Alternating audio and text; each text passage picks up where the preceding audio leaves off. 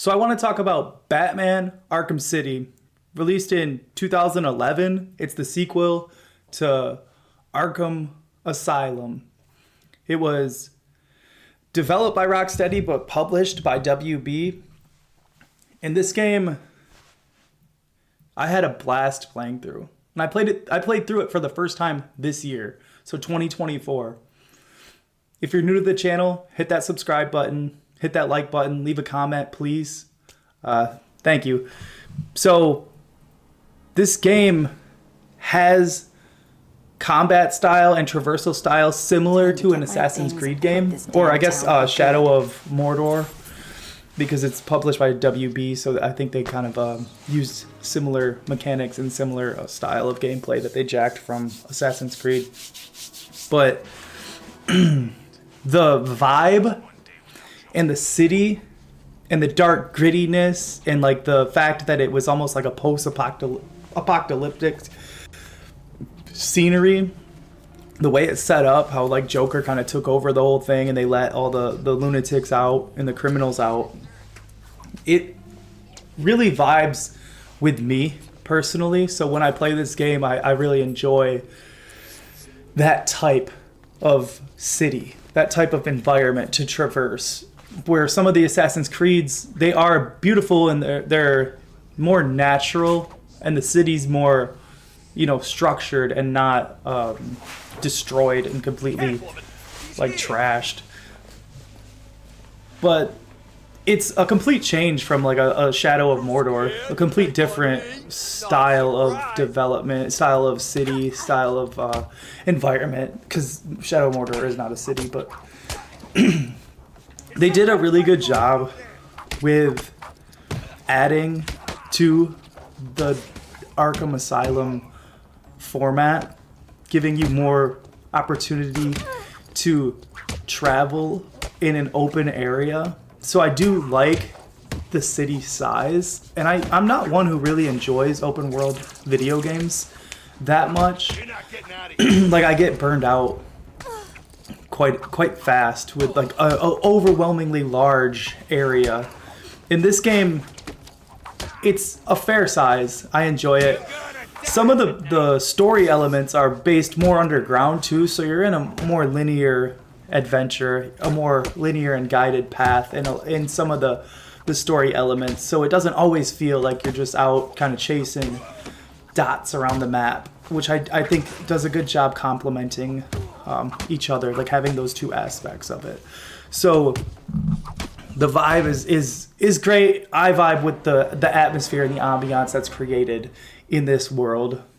The combat, similar to Assassin's Creed, but it's a rock paper scissors kind of mechanic, because each bad guy has a specific type of move that he'll do against you, and you have to know which type it is. Some of them you got to jump over around their back and stun them that way. Some of them you got to use different varieties of things in order to get them downed. And at the beginning of the game, it's very difficult. Like, I found it way more difficult. Like, I popped in Assassin's Creed 3, Liberation, and then Black Flag, just to kind of get an idea of how close it was to Arkham City. And I realized Arkham City is more difficult, in my opinion, at least at the beginning of the games, because he's kind of limited and his health doesn't really regenerate, and he can get overwhelmed very easily by these characters, and they're harder. The timing is a little bit more difficult compared to the earlier Assassin's Creeds, and it's punishing. So like, if you slip up, you'll get comboed by a couple different guys, and it's difficult.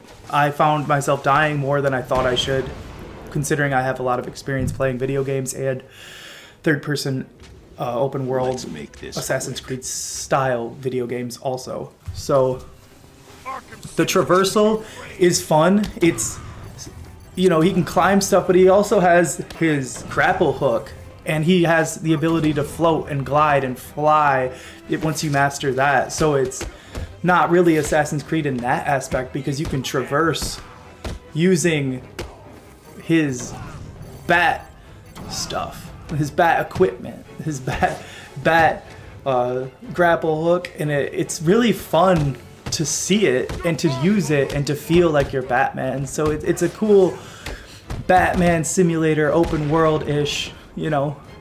It's really enjoyable. The traversal is very enjoyable. The combat is very enjoyable. And the story is awesome. The story threw me for a loop. I thought I had it all figured out, and then it came back at the end and it just surprised me.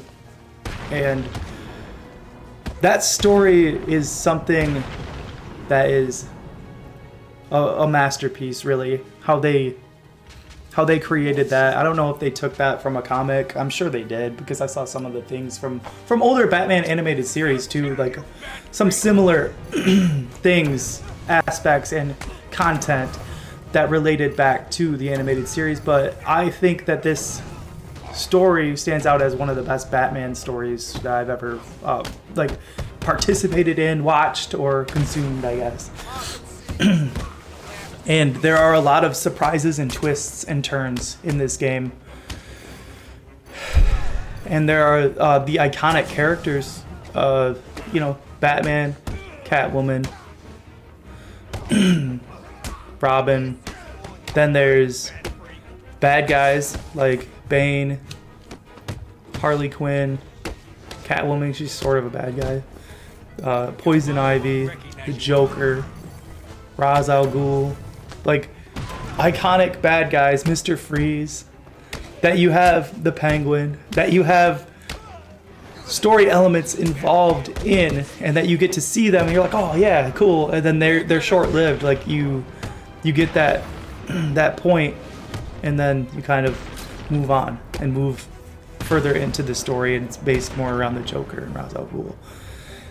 But the upgrades in this game are really rewarding, and they're really fun to kind of choose how, because like the first playthrough, like when you play through this game, you're not going to be able to upgrade unless you spend a ton of time. I was just kind of burning through the story.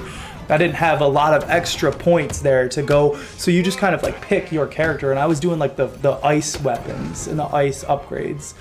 So like it felt cool to have those opportunities, and then to look across the board on the upgrade screen and see what I could have done, the way that I could have went with upgrading, and it adds some replayability and some more depth into you kind of continuing your adventure and continue with playing. And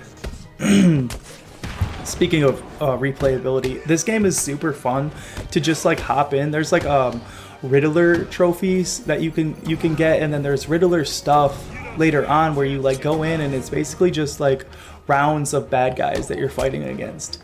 And I found it really fun to just kind of hop in and fight a session, like 4 or 5 waves of bad guys, and then just kind of call it quits for the night and hop in on a different game. So it has like the replayability. If you're not really interested in doing the story over and over again, you can just hop in and do like a quick arcade style round where you're just getting waves of enemies thrown at you, and you can kind of craft your attacks and your Batman abilities, which I found really enjoyable. And I used it for like a week straight. I played every night for a couple weeks after beating the game.